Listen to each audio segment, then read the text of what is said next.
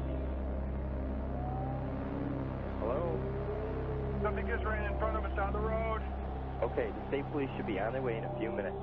I don't know what the hell it was, but it was big. It looked like a great big dog. Is it a bear, maybe? Baby, I know it.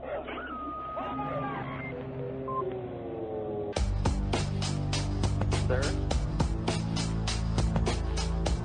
Hello? A giant, hairy creature, part ape, part man. Seen many times in the rugged mountains and deep woods of the Pacific Northwest. The encounters have not always been peaceful. In our modern world of concrete and steel, we're far removed from the Indian lore of Bigfoot. It's hard to imagine any corner of our crowded world where a giant, man-like creature could roam free. Yet there's persuasive evidence that Bigfoot is real.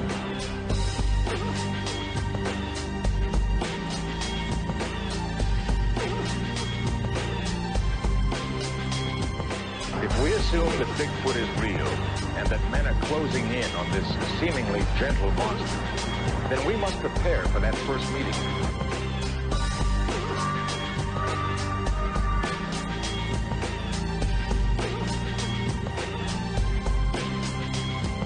To have eluded us for so long, Bigfoot must understand men very well.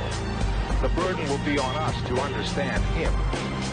Bigfoot may well be waiting for some sign that we're ready.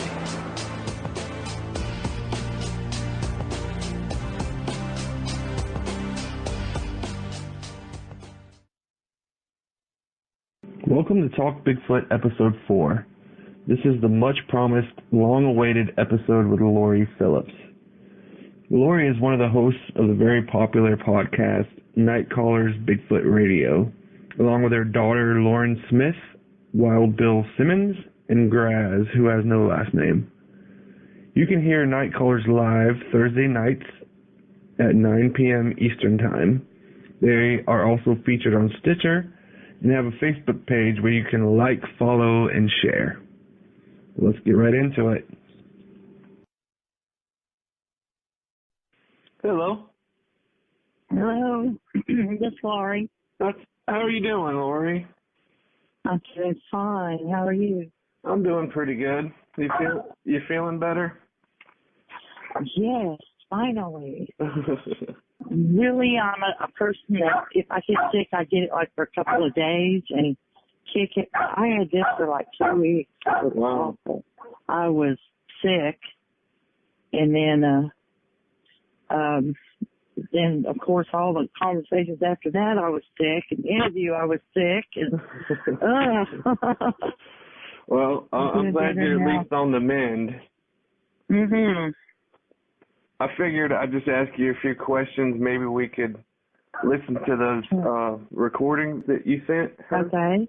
I don't know if you know our website. We have that talkbigfoot.com website. And no, I didn't know about that. Yeah, it's a forum. A lot of the members there are big fans of Nite Callers, for sure. Like, really? Whenever you guys' show's about to come on, we all go over there and sit and chat and listen and talk. Okay. Are you recording now? Yes, I am. Okay. Hi, how are you doing?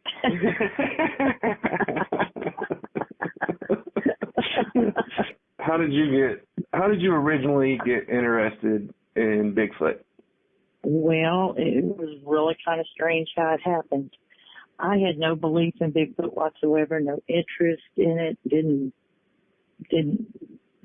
I didn't even care anything about the Patterson film or the Legends of Boggy Creek or any of that. I didn't believe in Bigfoot at all. I, of course, believed in ghosts because I did a little paranormal research growing up and stuff, and I believed in UFOs and things like that, but Bigfoot, no.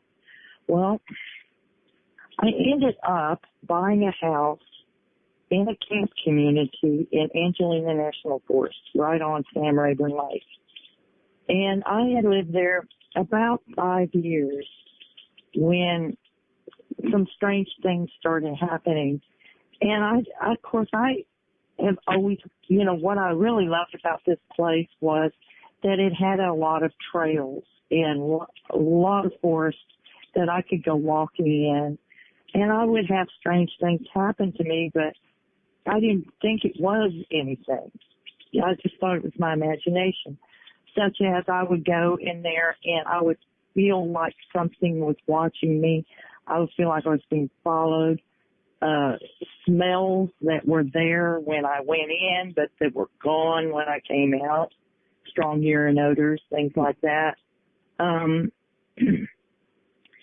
Just strange noises at night, knocking sounds coming from the wood. And at that time, I thought it was just pine sap or something hardening because it was getting cooler. Something walking around outside my house. As I had the windows up and I'd hear crunching in the leaves, and it was really pitch black in my backyard.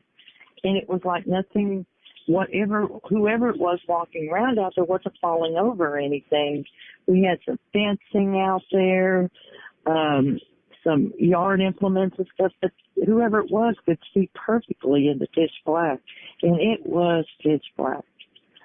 So there were all these things going on, and it was just by accident I ended up in a chat room on Pal Talk. Now, Pal Talk is still going on, but it's now a video chat. But at that time, it was a text and voice chat program. I was looking for some Southern people, and I ran across this room called Gulf Coast Bigfoot Research. And I thought, that's a really cool name. Let's check it out. Well, I get in there, and they're talking about Bigfoot. For real. Oh, my gosh. I didn't have a mic at that time, thank God, because I was laughing at them. I was rolling around on the floor. I was going, these people are crazy. Well, let me kind of jump back. 2 years prior to this, in 2000, can you hear the howl? Oh, I can hear the dogs. I hear the dogs. I don't hear them. Yes.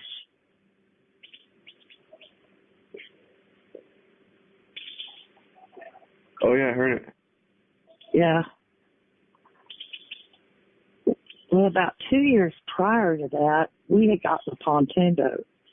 And I'd been wanting to go fishing, but I was working evenings that week. I worked at the paper mill, and I worked swing shift. For 7 days I worked graveyard, 7 days I worked evenings, 7 days I worked days, and then I was off.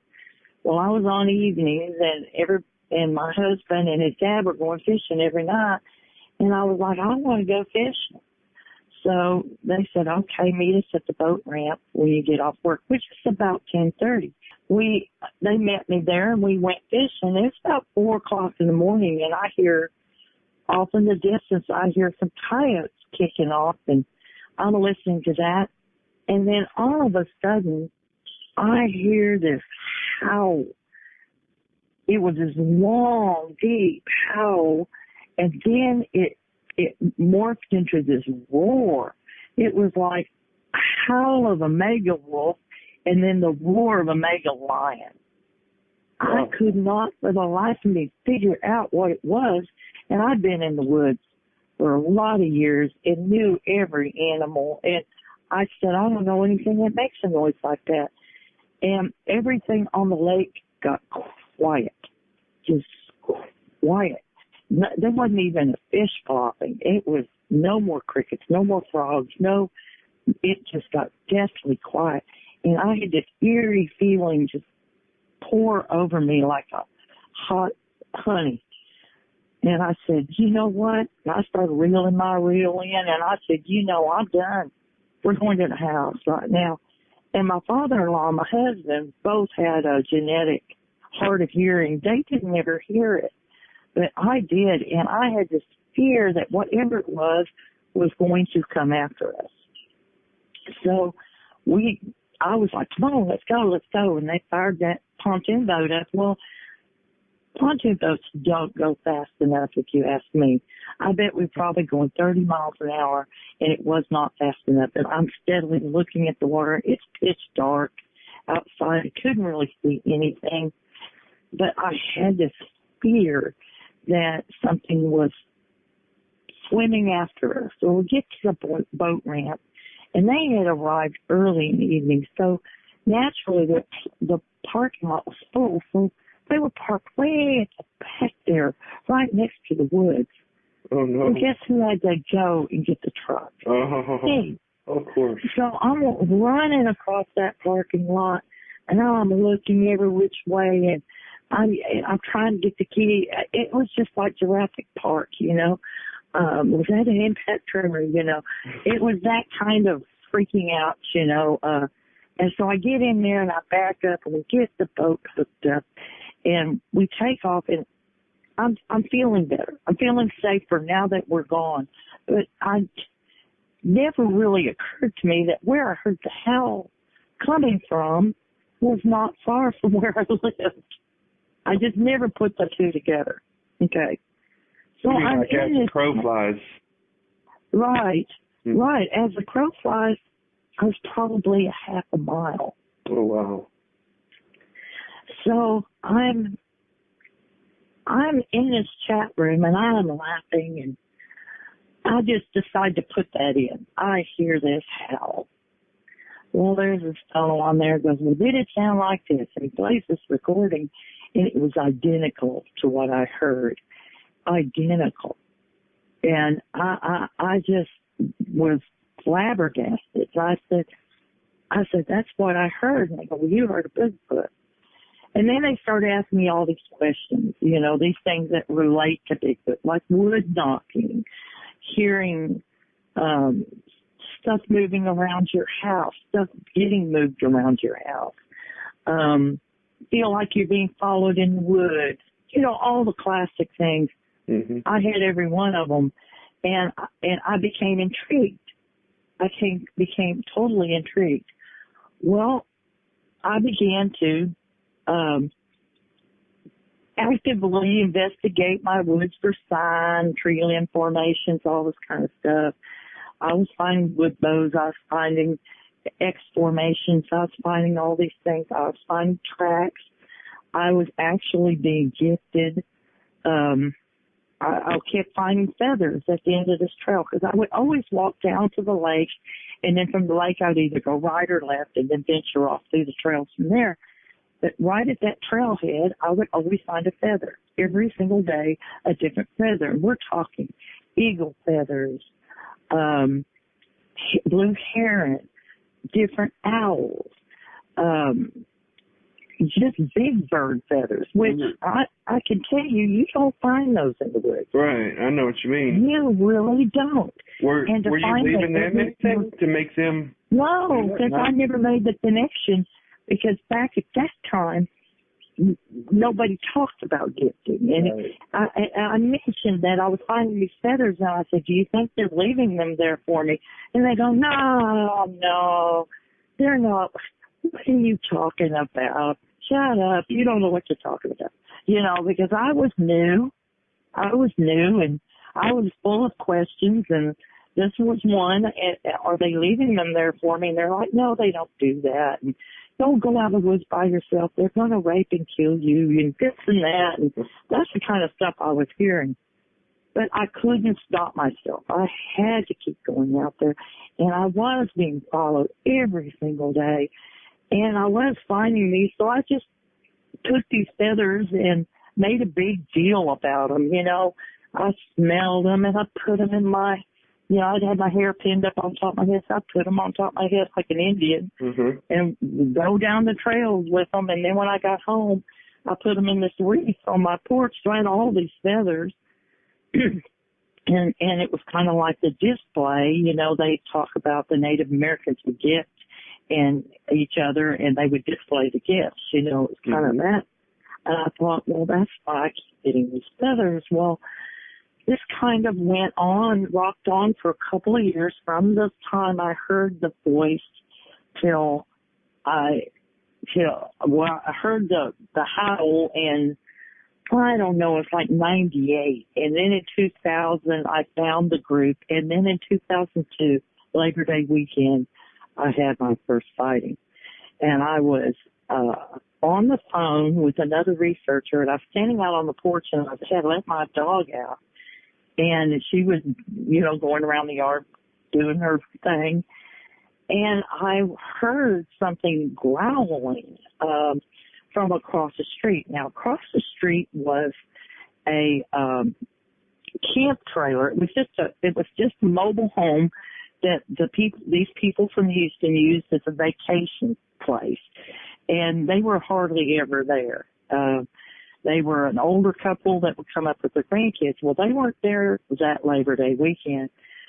So, but there had been all kinds of activity because it was a holiday. There was all kinds of four-wheelers and boats and all, people running in and out of there, barbecuing, and just all kinds of activity. So that night, I'm listening, and right next to this trailer is the wood line. In the back of the trailer is the wood line, and is a stand of cane, switch cane, that grows, The river cane, that's what we call it. I'm in North Carolina. Yeah. We call it river cane. Yeah, river cane. Well, it was a big, thick stand of river cane right there, and that's where it was coming from, this growling. And it just was real consistent, just like, just like that. And I thought at first that because that year the lake was down real low, I thought, perhaps there's a boat out there that's hung up on a sandbar, and through the woods, it's coming, because it's probably half a mile from the lake. Through the woods, it sounds like something else. It sounds like growling.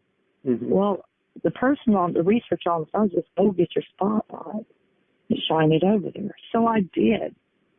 Got my dog in the house, walked to the end of the driveway, and shot it over there, and it was probably 75 feet from the end of my driveway to the switch cane, maybe 100 feet. So I shine it on the switch cane. I don't see anything at all. He goes, pan the wood line. And so I got a 2 million candle spotlight. I mean, it was a monster. Back then they were big and heavy, and so I pan the wood line over to the trailer. I don't see anything, but these older spotlights, they make a rings, outer rings around the initial spot, and I could see something moving in the outer ring, and so I whipped it back, and that's when I saw him, and he was standing next to a tree, a pine tree, and I noticed right away there was a knot right there, so I noted the knot and tried to look at him, and he's already bending down. He is bending down. He's turned his head away from the light, and he's bending down behind a big stand of yopon trees. And these yopons were probably 6 foot, and he was probably, from chest, I think they were maybe 8 foot tall. I don't know, because all I could see was from the chest up. He had seemed like short hair. He was very sleek. He was built like a basketball player. He wasn't real bulky, yet he was muscular. He had a round head. I noticed he had an ear, because when he turned his head, he had an ear. I noticed he seemed like he had a kind of a flat face of a profile. And then he was the color of pine needles, just red pine needles, dead pine needles, kind of a reddish. So he ducks down, and I'm just standing there. I am in complete shock. I realized at this moment that I never really believed they existed. I was just playing along. I was just going out there, trying to prove it to myself and all this kind of stuff. But at that moment, I realized I did not believe in Bigfoot at all. But now I did. You couldn't deny it anymore after that. I couldn't deny it. I was completely in shock. And all I could say was, oh, my God. I can just imagine if he saw my face what he thought. He probably thought I was absolutely mortified at the sight of him, that I thought he was so homely or whatever, I don't know. I just got the feeling that he was insulted. Leave it to a Southern lady to worry about whether or not Bigfoot's insulted by how ugly he is. I'm telling you. I'm telling you, it was something else. And of course he was gone. And so I went back to the house and I've told this story so many times, but I sat there on the couch. I got on the phone and I sat there on the couch for probably 3 or 4 hours, just in a daze. I really think I kind of went into shock because it just was such a huge shock to me, a life-changing event is what it was. Because then that next morning when it got early enough I could call, or late enough I could call somebody, I called somebody, and of course the researcher came from Fort Worth, or no, she was actually in Garland, Texas, and she drove all the way up there, down here to where I lived. Mm-hmm. And she says, okay, we're going out there. And I go, you go ahead. She goes, you come with me. And I said, you know what? I don't know if I'm ever going to go in those woods again. She goes, you come on with me. So we went on out there. We walked behind the stand of Yopons. We found where he was standing, and there was a bald spot there that was well worn. He had been standing there a lot. Yeah. And from there, if you parted the Yopons, you could see my house. But these Yopons were huge. And he was still standing well above them.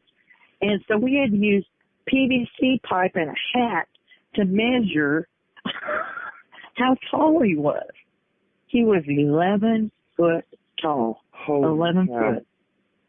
And I just couldn't believe he was that tall. But there's been other sightings down in the same forest, 12 foot, 11 foot, 10 foot, not really an unusual height. So I didn't realize that at the time because I always thought they were 7 to 9 feet tall. I never thought 11. Nobody's going to believe 11. Nobody's going to believe 11. But he was 11. So, and the smell there, the stench, the whole area was permeated in this stench that smelled like vomit, poop, pee, and a musk. And it was just so strong that we couldn't find any source.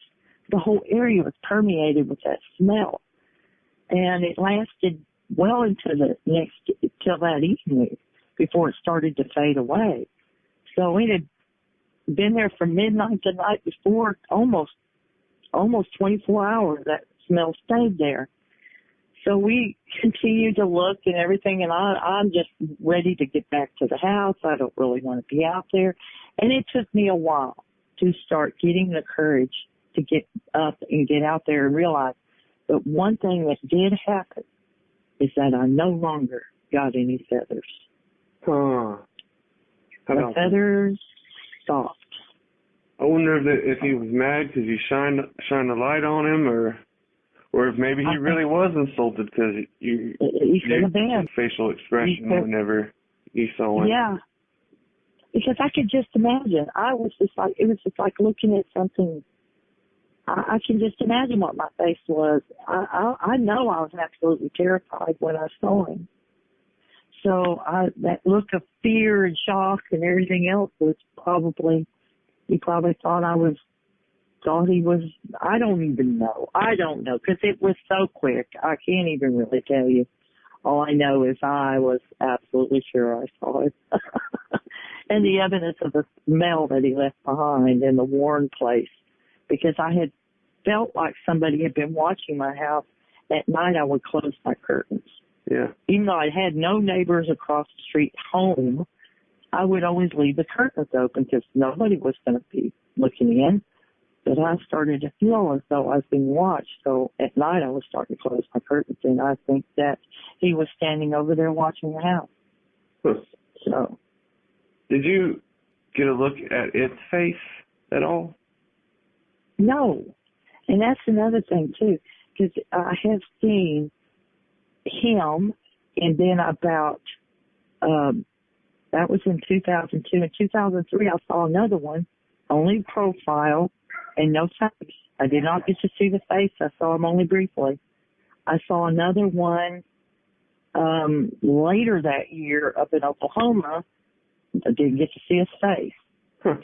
And it wasn't until I moved over here to Nacogdoches, where I live now, that I actually got to see the face. It took being in it, I don't know, 10 years before I actually got to see the face. They seemed very shy about showing their face. Oh my gosh, there's a deer in my yard. Y'all leave that deer alone. No. Maybe there'll be a Bigfoot come chasing her out of the woods. Oh, that is a big old deer. Is it a buck? Oh, they think, no, it looks like a doe. But it could be a buck. I couldn't really see any nubs on it. Still early. Yeah, it is early. Oh my goodness. Goodness sakes. Always exciting here. Yeah, I guess so. I can't believe that called you and you had stuff happen while she was on. Yes.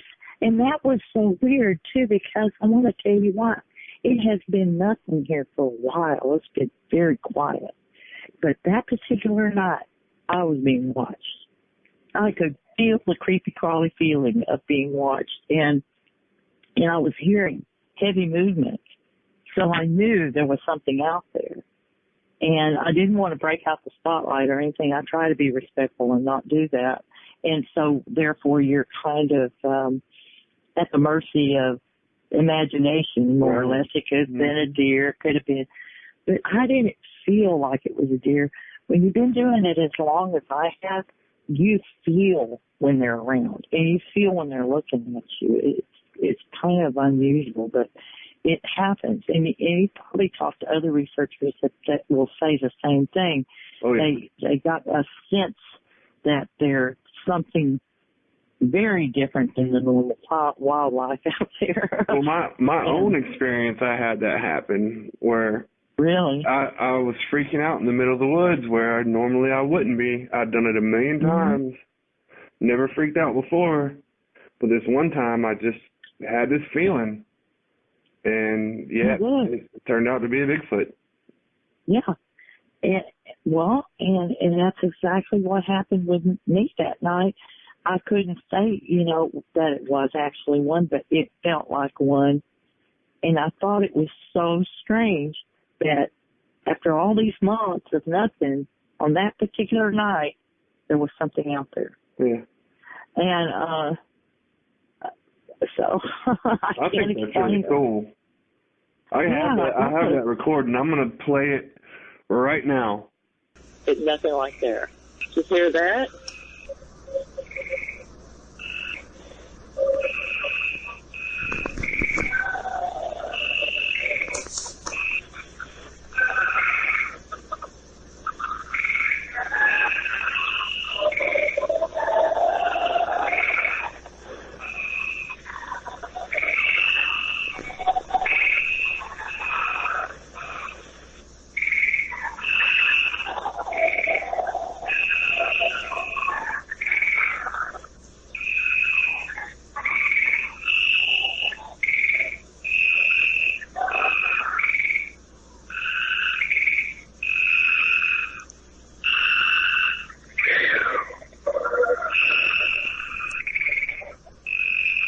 Can you hear that?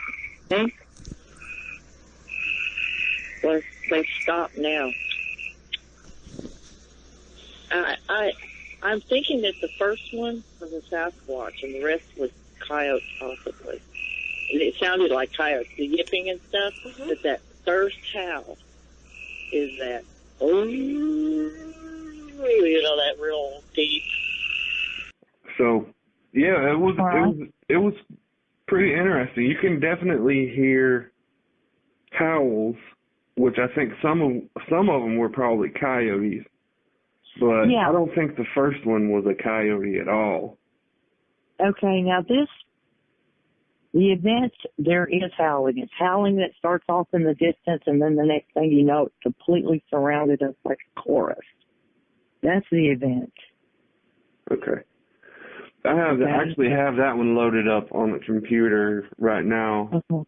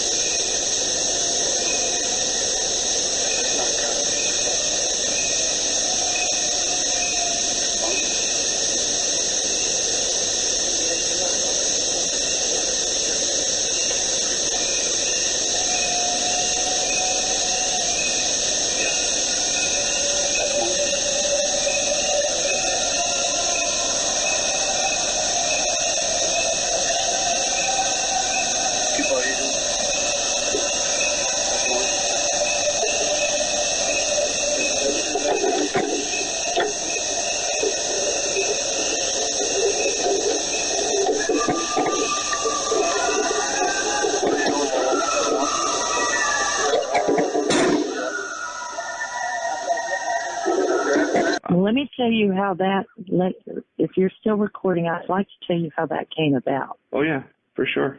I was in March 2003, and we had found this really hot area it was a flat area, kind of like a clearing, that was between two creeks.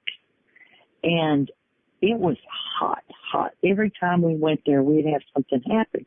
Well, we had these two researchers from Woodville that came up, and so we took them to this place. And my friend, she had done a call, but I don't really think it was her call that stirred it up. But it could have been, because she did the call, but it was like 45 minutes later. I know this because I was recording at that time with a Radio Shack recorder that used 45-minute or 90-minute tapes, 45 on each side. You flip them. Well, it wasn't until I flipped it to the other side that something started happening. And she did the call on the first side, and so it was almost 45 minutes later, we started hearing this distant howling, very deep howling. It's good ways, and the way this place is, it's two creeks with a clearing in the middle, and then past the creek, past the little woods there that are around these creeks, is just two open fields on both sides. So we hear this, and it sounds like the howling is coming from the other end of the open field, probably a mile away. So we hear this howling, and the next thing you know, within 45 seconds, that howling is on top of us. And it's coming from three different directions, and we're trying to get in the vehicle. We're leaving our equipment out and everything. I'm trying to get mine in. I don't know why. I'm trying to get it in, and it's hung up in the door and everything else. And all the while, there's just this screaming and howling, and it's like a chorus. Mm-hmm. It came from in front of us, behind us, and to the right of us, or no, to the left of us. The only place that didn't come from was to the right of us. There was no sound coming from that way, but everybody got in the vehicles. And the people from Woodville had their recording equipment on a tripod, and they left it out, and they were over there arguing about who was going to get out and get it. I mean, we had our trucks running and everything. It was so freaky. It was so freaky. I thought maybe it was coyotes because I listened to it. It kind of sounds like coyotes in some parts, but that, the chorus of it was not coyotes. The din was too loud, and unfortunately, my recorder was just a stock mic, and if I had a bionic ear, I would have got one hell of a recording, but I didn't get it because back then, bionic ears were precious to come by and were more expensive.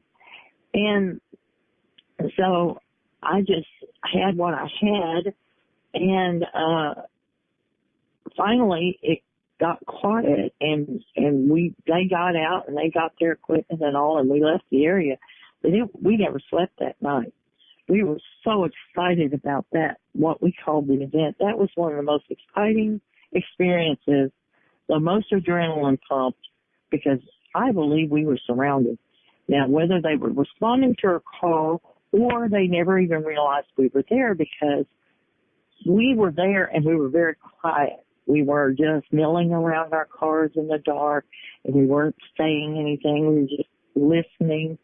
We made no noise, and either they didn't know we were there or they knew we were there. Could have been either one. So, whatever, it was very scary and very exciting, and if I ever have that happen again, I hope I've got a bionic ear gun. So that's what that one's about. All right. Mm-hmm. So then you got the next one, which would be Mississippi Bigfoot. Yes. Tell me about that one. Okay. I had met, and I'm pretty sure you've heard of them, Bear and Kumbo. Oh, yeah. Bear and Kumbo. I was fortunate enough to meet them in the very beginning, and I learned a great deal from these two gentlemen, a great deal from them. And they were great because they did not mind taking a group of people out. And when they take a group of people out, we would actually have things happen. These guys could really call. And when they called, they had a kind of an aggressive call. So you always had an aggressive interaction. Oh. And, that's cool. Especially, cool. Yeah. It's very cool. And even though it's probably not very nice for the Bigfoot, it was still great if you were wanting to experience what they were about. And so, anyway, I went to Mississippi. A group of us from all over had met in Mississippi, and he took us to an area in Carroll County. And it was just this big bridge. And we went up on this big bridge, and he did a call. And all of a sudden, down below the bridge, this thing sounds off. And then off in the distance, you hear something replying to it. And then it sounds off. Then the reply. Then it sounds off. And then the reply. And it could be what some people say is a raspy coyote. But, oh, my God, I've never heard a coyote anywhere that sounds like that. To me, I truly believe that we got a Mississippi Bigfoot that night. I was recording. There was an owl in there, of course, and everything else, but it's an incredible recording, great capture.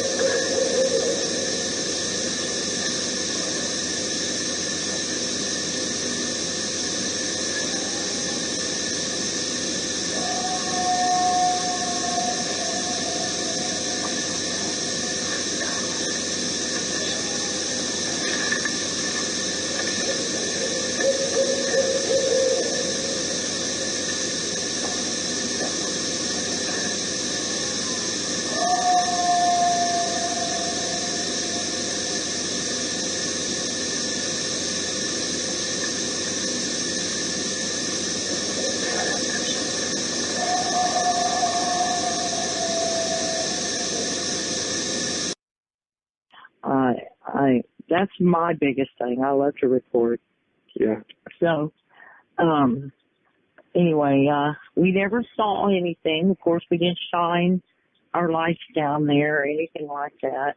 We didn't really have, some of the people there felt like that something was trying to come up on the bridge. But my thing was I was just excited as I could be. I used a little flashlight to make sure the little reels were turning. I said, please let me get me. So I did. Did you guys stay the night there, or did you move on after? Yeah, not right there we didn't. We stayed the night in another area. We just went there to do the research. Gotcha. But I have to say that I learned a lot from these two guys. They were really, they knew their stuff. And so I did. I learned an incredible amount. But, I also learned a lot on my own. And I was hard-headed. A whole heck of a lot. Yeah. They can sure tell a story, Yeah, they can. They can sure tell a story. But, they were Bear in particular was one that he was really worried about me being out in the woods by myself. But I knew I had nobody there to research with me. And I knew I was never going to learn anything unless I got out there.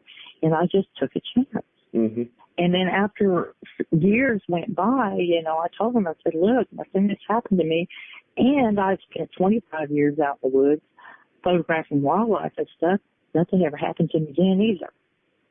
Yeah. So maybe they rape and maim women in another state, but in my state of Texas, they don't. So, or maybe I'm not their type, that could be it. You're not hairy enough, that's what the problem is. Not hairy enough, yeah. What do you think about them mimicking other animal sounds? To me, they used to do it a lot more in the early days. When I first started doing this, I would hear it a lot. I don't hear it so much anymore, not down here in Texas. Another thing I don't hear either is wood knocking. It's almost like they know that we're on to them, so they're finding different ways to communicate now. I hear a lot of rock knocking, different types of vocalizations, but not the standard whoops hardly ever. I hardly ever hear howls anymore, rarely. It's like they used to start out sounding like would sound like an owl, and then they morph into a rooster or a cow. Or I've even heard them do donkeys. They'll start out as a donkey, and then they'll do a bull elk or something, you know, and there are no bull elk down here. And I heard that in North Texas. Yeah, so I heard that so many times that they start off with one animal, and then it kind of morphs into the sound of another animal at the same time. I'm not saying they don't still do it. They may still do it in other areas. I just know it's not very common down here anymore. They have gotten extremely quiet down here. Audio-wise, I'm just real lucky if I pick up anything anymore. And it could just be my area, but I've gone down to the Neches River, the Angelina, trying to get what I would have to say would be Bigfoot, and it's not. I'm not getting anything. So I don't know why they've become so quiet, but it has to be because this is what I think is happening. You've got Finding Bigfoot. You had Monster Quest before that. Before that, you had Mysterious Encounters. It has created a whole lot of interest in the subject of Bigfoot. So there's a lot of people out there researching right now. With our show, Night Callers, we're doing a North American Sasquatch researcher series. And I have never had trouble finding a guest because there are so many researchers out there.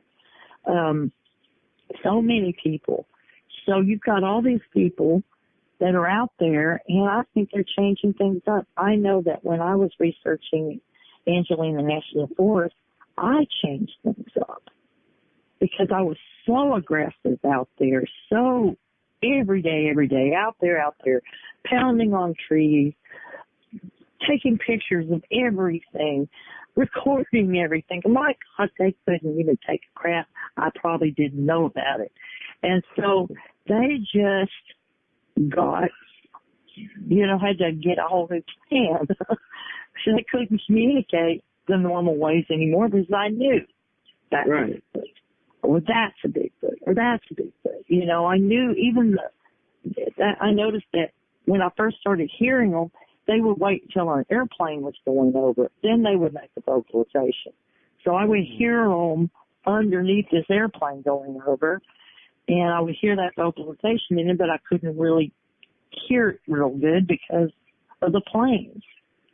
They did that. Now they don't even do that. So I don't know. They're definitely smart critters. So definitely for them to change up their behavior is not out of the question at all. Nope. Wolves do it, coyotes do it, crows do it.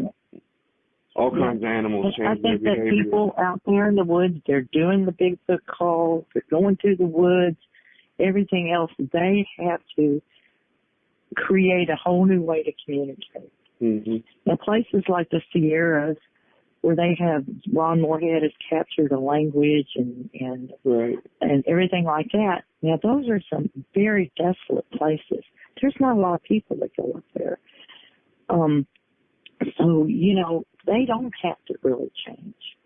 But here where people can really access these national forests and state parks, like Salt Fork up in Ohio, I will well imagine that they have had to change the way they communicated, the way they interact with each other, everything, just to keep from being detected. What do you think they are? What do you think Bigfoot is? I do believe. No, I don't think so. I think it is a human, a subhuman, a form of human. A form of human with something else in it. Okay. I think that if they could ever get a clear DNA test, and they did do a DNA test, but there was so much controversy around the collection of it and all that.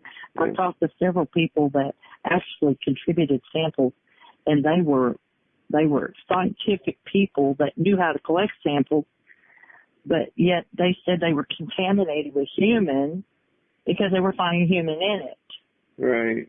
Well, I don't think that was an accident. I think there is human in it. I think that they are human to a certain point, not like us.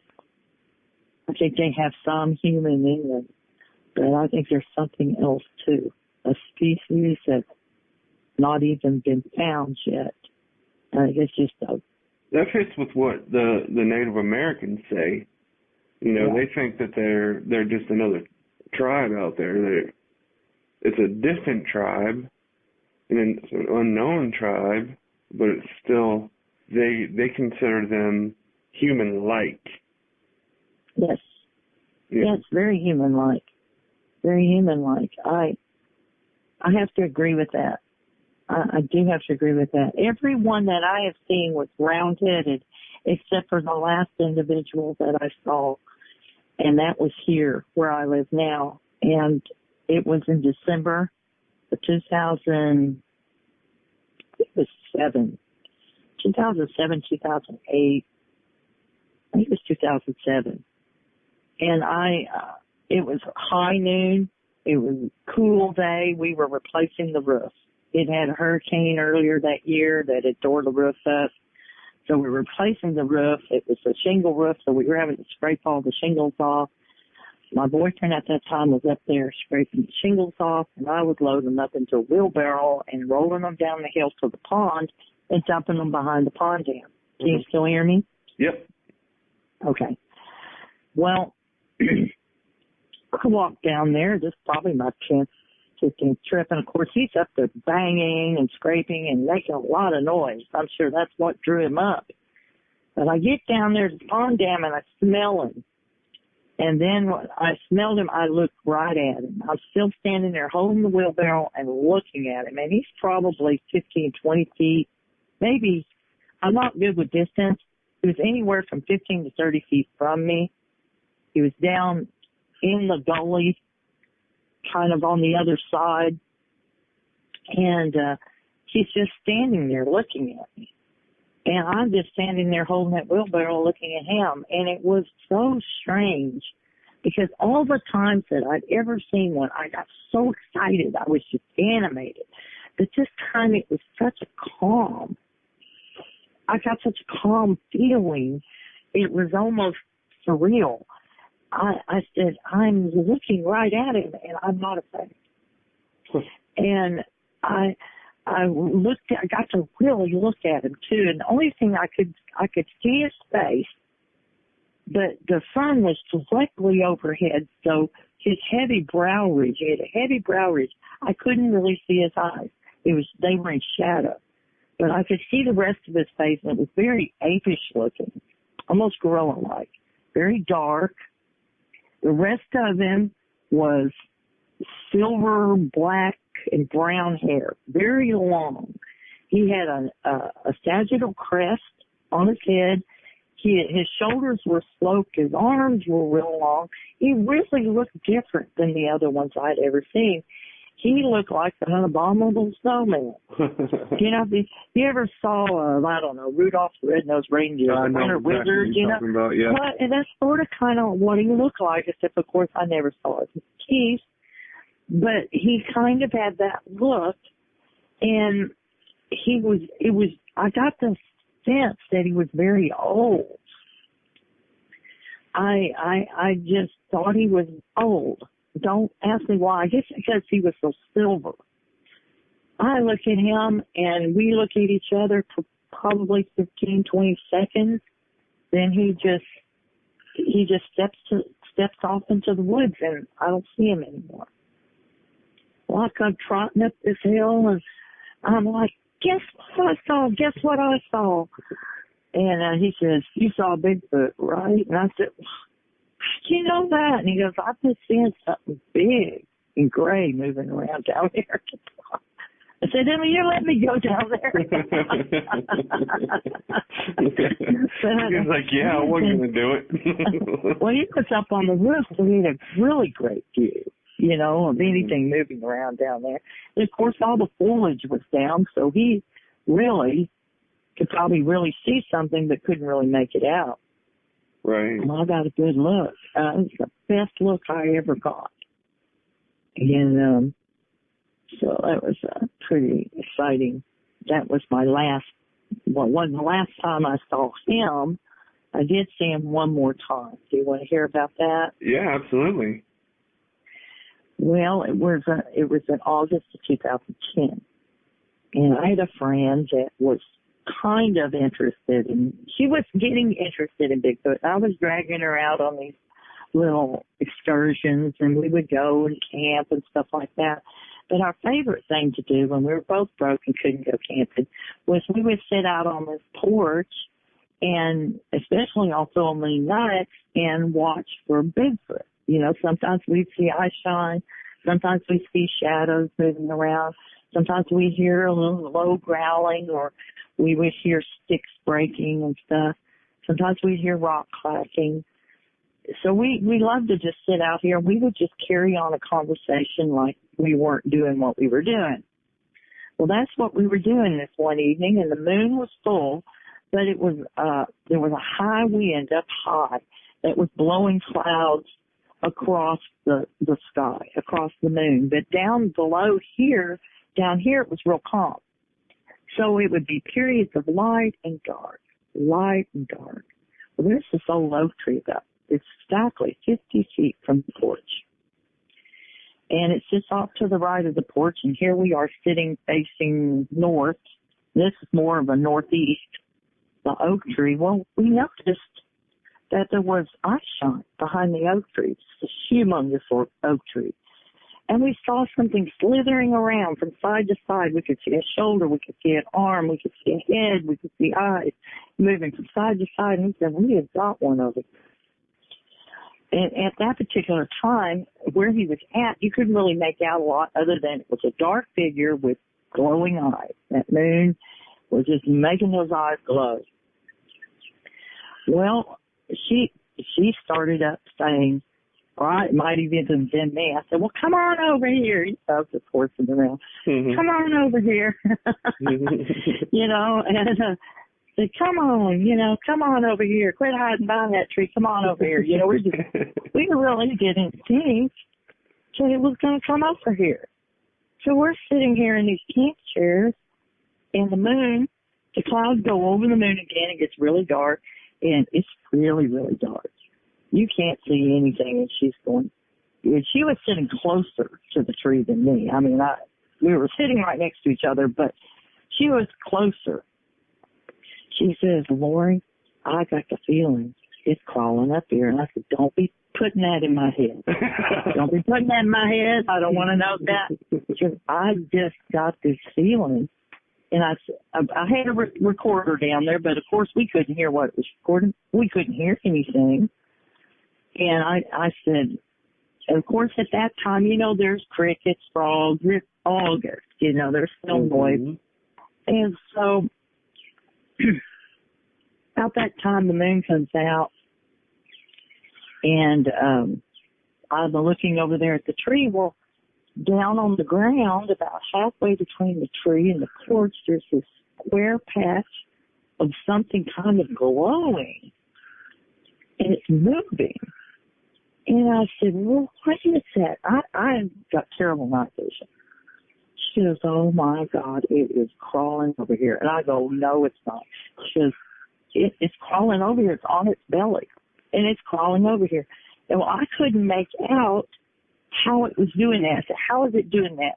She's going, it's like one forearm in front of the other, and it's like pulling itself along the ground, and it's just inching its way towards us. Like a military crawl. Yes. Yes. Well, all I could really see was the glowing of the moon on his back, that silver glowing. And I said, I could just see it moving over here. I couldn't really make out there were legs behind. I couldn't really make out a head or arm. I could just see that something was coming, and I could start smelling him. And I'm like, oh, crap. I didn't know what to do. I mean, here I was, by that time, I think I had 13 years of experience. I've been in a whole ton of predicaments, but I've never had anything like this. And she's like grabbing my chair. She's grabbing my chair, just grabbing it real quick, which is scaring the crap out of me. And I said, quit grabbing my chair.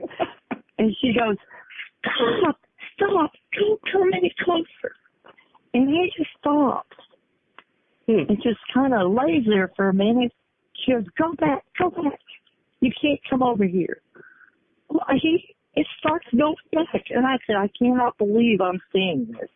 I cannot believe this is happening. I can't believe he knows what she's saying or understands her fear or whatever it is. Mm-hmm. But he literally moved back and he kind of disappeared into the shadows.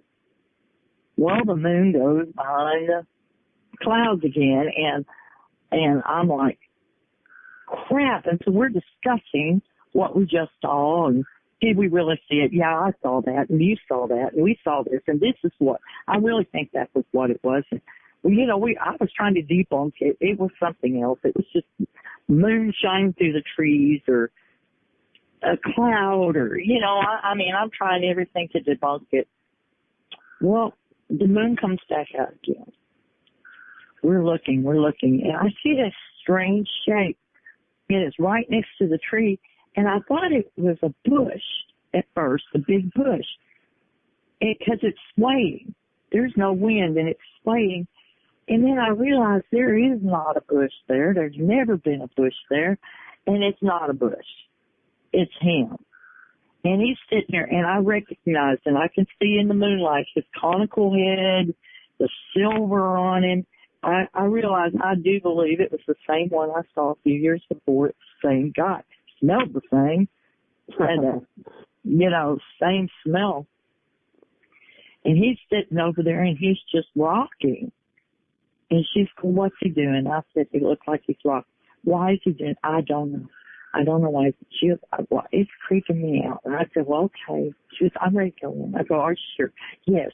And she just jumps up, and when she does, it's like all these sudden movements are startling the hell out of me. And I said, okay, let's go in the house. So we go into the house. And to this day, I kick myself. Why did I go in the house? Yeah. Why?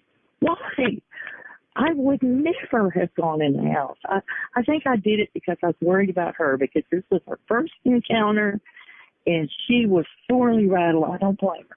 Right. If I'd been in her shoes, I'd be exactly the same. But I was not brave enough to come out here by myself because I was worried he'd get up and just come walking right over here. I'm like, So. What's that swaying back and forth is something you hear in a lot of people's encounters and stories. Why do they do that? Why do you think they do that? I have no idea. I just know that he started out slow and he just started getting faster and faster. And I just got a uneasy feeling about it. Was like he was getting more and more upset. Maybe not upset or more nervous, or something was going on there, because I was feeling an energy from him that it was fixing to be, that he was fixing to do something. And I didn't about to be bad. I don't know what he was going to do, if he was going to jump up on all fours and run over here, because it wasn't that far, and as fast as they moved, he could have been right up on top of it. Yeah. I just know how secretive these animals are. And so for it to be making a constant movement, like swaying back and forth like that, that has to mean something, because they're not just giving away their position and where they are just because they have a habit of going from one foot to the other, It's got to mean something.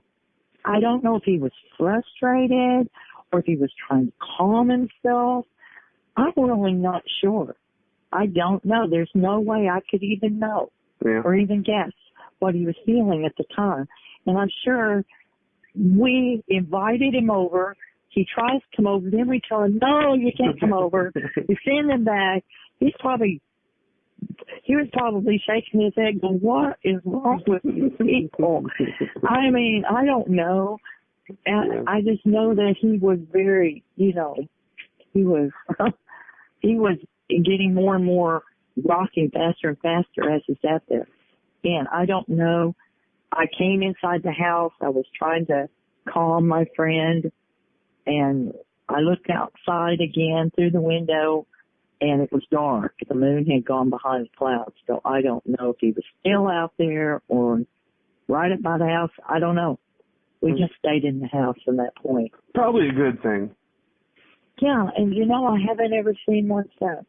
That was in 2010. It's now 2015. This is the longest in my career of being a Bigfoot researcher that I have gone without seeing a Bigfoot. And I'm blessed, though. I've seen one 5 times. There are people out there who've never seen one. So I'm not complaining. Yeah. I'm not complaining. I feel I'm blessed. And that last experience was icing on the cake. If nothing ever happens again, that's okay. I'm good. I'm good. Are you in the same place as you were when you saw that? Yes. Yes. Yes. That's pretty interesting. We're here. Yeah. Well, and an awful lot happens here. It is really not a very active place. I've had a few events, few experiences here, a handful. My son, when he lived here, he had a handful of experiences. But it's just been really random. There's no season, rhyme, or anything. No telling when. Let me tell you what happened to me. Me and the same girl that was on the porch that we had that incident. We found a very remote area to pitch tent. There was no one for miles. And she was very nervous about being there because there was no one else around, Uh-huh. She was more worried about crazy rednecks, But nothing really happened. It was, the weather conditions were terrible. It was windy. We couldn't blow a fire. Our lantern, we didn't bring the right lantern. I had packed the wrong lantern. It didn't work. So we ended up going to bed fairly early because we couldn't we had no light. That morning, I wake up and she's standing by my bed and I go, what? She's going, I felt her touching my sleeping bag. She goes, somebody is peeing outside the tent. And I heard it. Oh, wow. And it sounded like somebody peeing from the top of a ladder onto the ground. The distance of the way it was hitting the ground, it was really, really loud. It didn't sound like a person peeing. It sounded like a horse peeing. Mm-hmm. And I said, oh, my God. And right about that time, it was just getting light. And I said, oh, we never heard anything leave, nothing. Well, do you have any other questions? Yeah, actually, I have 1,000 other questions, but if you need to go, you just let me know. Okay. I need to go soon. My Bluetooth is trying to die on me. Okay. All right. Well, let me just ask you. Let's do just 2 more questions, and then we'll call it. Okay. Okay. What do you think about infrasound? Definitely believe in infrasound. Let me tell you why. Because we've done a lot of experiments with infrasound. Mm-hmm. We have one area that we go to that's down near the Natchez River in Angelina National Forest. And this area is notorious for infrasound. We would catch infrasound from both sides of the road. And so what we did was we would take a group of individuals down there, as many as 10, and we would stay. Even though the infrasound was it was really hard to stay there because infrasound is so invasive on the body. Right. Now, not everybody could feel it, but yet they had the residual effects of infrasound. So we had some people that were, it was visibly making them feel bad or they couldn't take the pressure on their chest. That's where I feel it. And they would get inside the car and it would ease up. We noticed that some of the men, particularly Bear and Kumbo, they could not feel the infrasound at all. But yet they, after we left the area, and this was an adrenaline-charged, experience, they should not have been sleepy. Even though they're very experienced and everything like that, and I'm pretty sure it wasn't just same old to them, but yet they were so sleepy they could hardly keep their eyes open. They were laying their heads up against the truck window going to sleep. And yet other people they literally got ill from it. Some just got almost all of us, our reactions, our reflexes slowed way down. We noticed that when we were driving out of there, we were driving really slow, and we were talking slow, and we were moving slow, because we had been in it for over an hour. I know that it can be directional. It can be on one single person and not on anyone else. I've experienced that. I had one individual that say, man, they are on me. And we would go over there and stand in front of them, and you could feel it. You just get blasted. Another time I tried getting behind us. He's not with us anymore.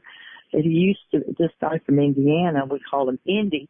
He was a big fella, wide. He was about 4 foot wide as he was tall. And when the infrasound was hitting us, I could get behind him, and his body would block it.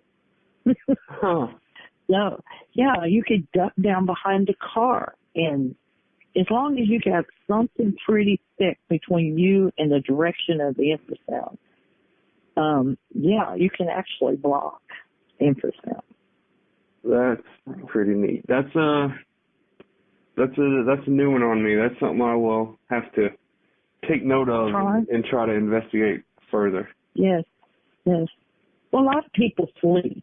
When they start feeling infrasound, they get that feeling they need to leave.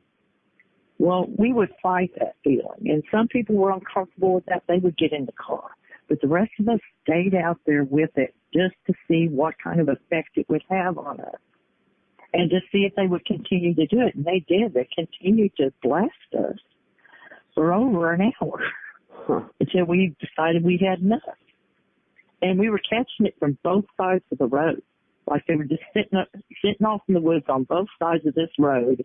And we're parked in the road, and they're just blasting us. That's really good. Yeah. And this is really standard procedure for them down here in East Texas.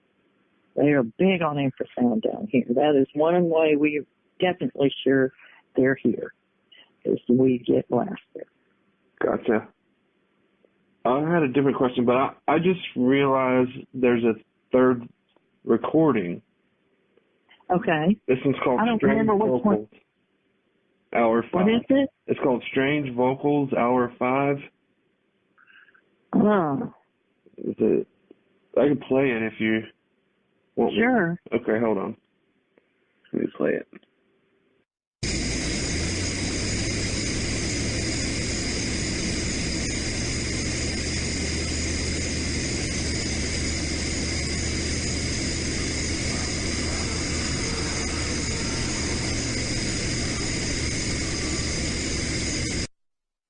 It was a real short one, but I could hear it in the background. I don't know if you could, just coming off my What did it sound like? Oh, it sounded like a monkey. It was like... Really? It was 18 seconds long, and it went... Oh, I know what it was. We were up in southeastern Oklahoma, and we were camping in a public campground, but there wasn't very many people there. There was like one other group down the way from us, and that was it. This was recorded from across this little lake, and it came from an area where there were no people, where no camping area. It was wooded back in that way. It was just a strange sound, and it was the only thing I got the entire night.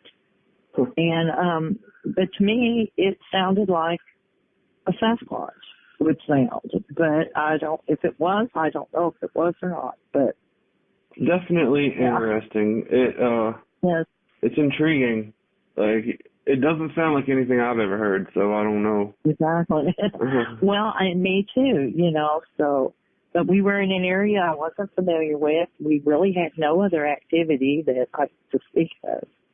So, you know, whether they're there or not, that it was at the foothills of the Kiamichi Mountains. So, Kiamichis are notorious for having legendary, very large Bigfoot.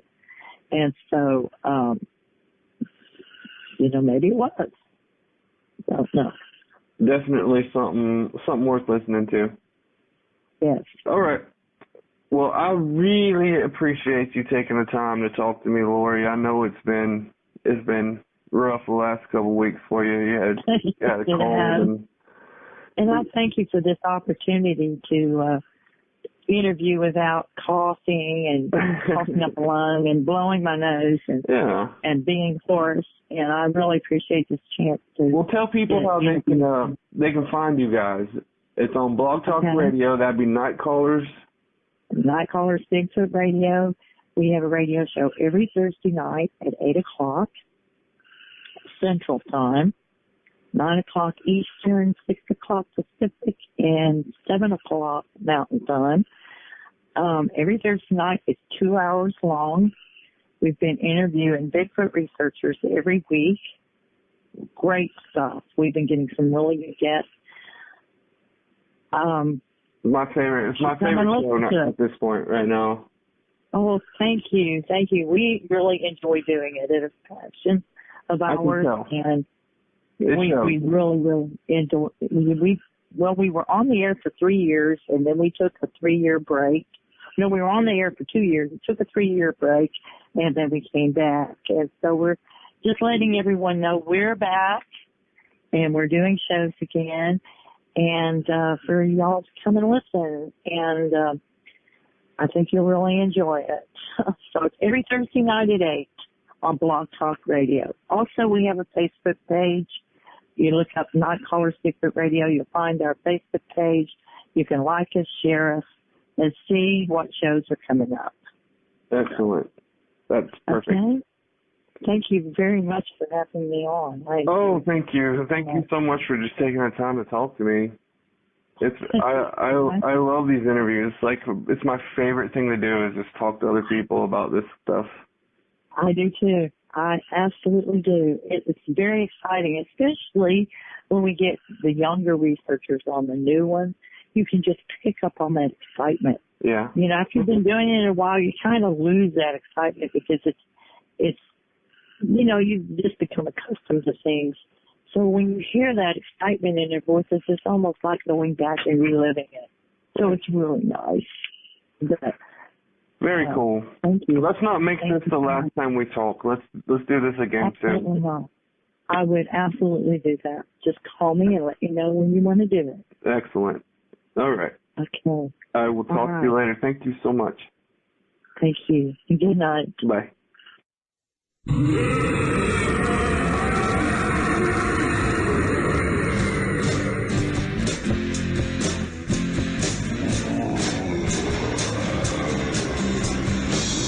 They say he's a legend or the missing link,